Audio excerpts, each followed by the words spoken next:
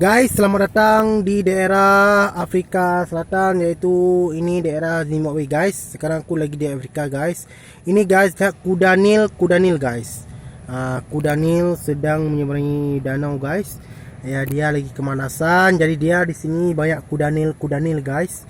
Ya guys, bisa guys lihat. Sekarang ni di lokasi ni guys. Kuda Nil yang sedang kepanasan, dia sedang mandi guys. Dia menikmati pemandangan yang paling indah guys. Jadi guys, apabila mau lihat kuda Nil guys, langsung saja guys. Ini guys sedang berada di Calang guys, Kecamatan Kurung Sabeh guys. Jadi kuda Nil di sini banyak sekali kuda Nil. Ini namanya kuda Nil Aceh guys. Kuda Nil Aceh ini bisa kita makan guys. Beda dengan kuda Nil yang lain ya kan. Ya, mereka sedang mandi-mandi. Keindahannya sangat-sangat unik dan sangat lucu guys. Yang bisa guys lihat bagaimana dia sedang menyeberang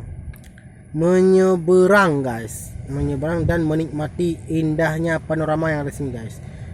Guys, bisa guys lihat bagaimana keindahannya.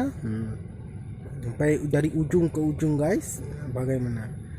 Jadi guys, jangan lupa datang kemari untuk melihat kuda Nil Aceh guys. Sedang mandi ya guys. Nah, dia kuda Nil Aceh guys.